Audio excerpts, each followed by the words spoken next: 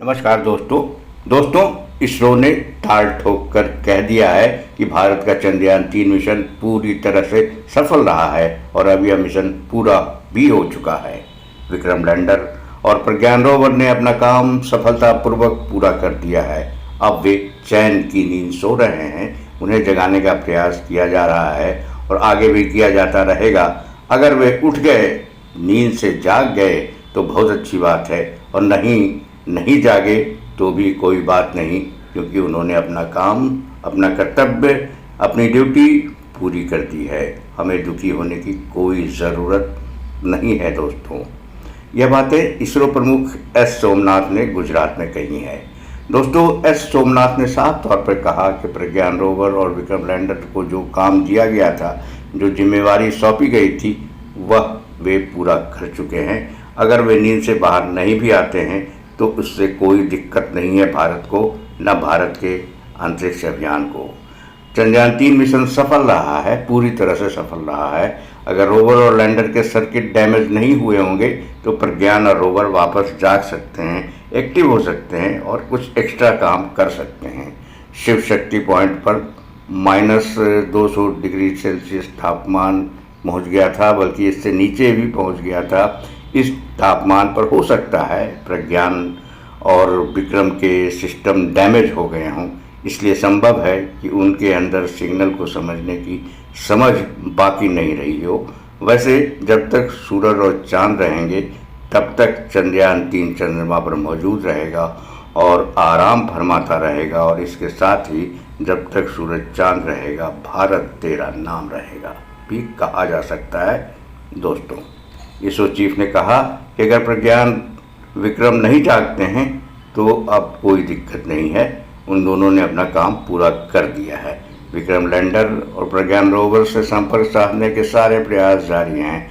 यह प्रयास चलते भी रहेंगे, लेकिन अब अगर वहाँ से कोई संदेश नहीं आ रहा है तो इसका मतलब है कि वह सिग्नल को नहीं समझ पा रहे हैं, यहाँ से भेजे जाने वाले सिग्नल को कैच नहीं कर पा रहे हैं दोस्तों।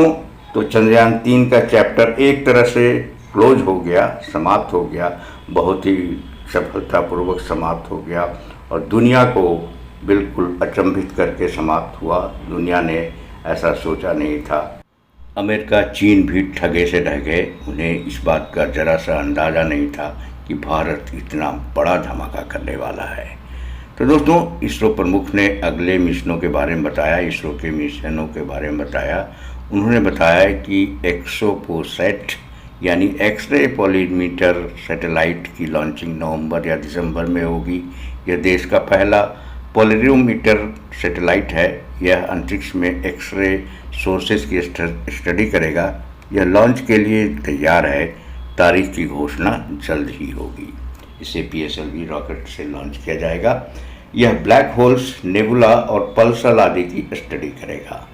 इसके अलावा एक क्लाइमेट ऑब्जर्वेशन सैटेलाइट भी लॉन्च किया जाएगा, जिसका नाम इनसेट 3DS है। यह देश के मौसम से संबंधित जानकारी देगा।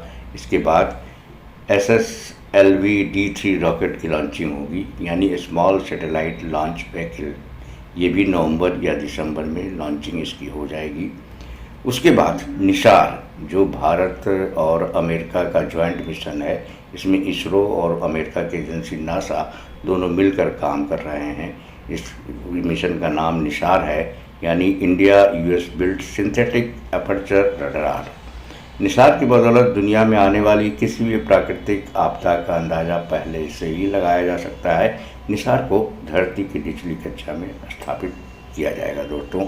निसार हर 12 दिन में पूरी दुनिया का नक्शा बनाएगा।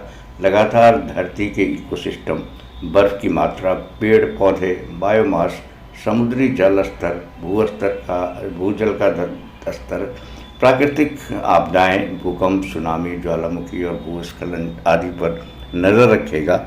निसार में L और S dual band synthetic aperture radar लगा है, जो 7 तकनीक से बड़े इलाके का हाई रेजोल्यूशन डेटा दिखाता है दोस्तों, इस साल का सबसे बड़ा मिशन होगा गगनयान।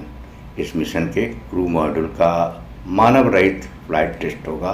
2 बार क्रू मॉडल के मानव रहित फ्लाइट टेस्ट के बाद भारतीय एस्ट्रोनॉट्स, भारतीय अंतरिक्ष यात्री गगनयान को में बैठकर अंतरिक्ष में जाएंगे और इसके कैप्सूल में बैठकर उन्हें बिठाकर उन्हें अंतरिक्ष में भेजा जाएगा। यानी भारत में बनी तकनीक, कैप्सूल और रॉकेट से भारत के अंतरिक्ष यात्री अंतरिक्ष की सैर करेंगे और वहां जाकर चाय पे चर्चा करेंगे। क्रू मॉडल में एस्ट्रोनॉट को बिठाकर धरती से करीब 400 किलोमीटर दूर एक से 3 दिन के लिए भेजा जाएगा।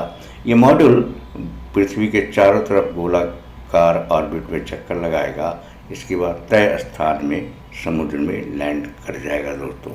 दोस्तों इसरो के इतने लंबे चौड़े कार्यक्रम में इतने सारे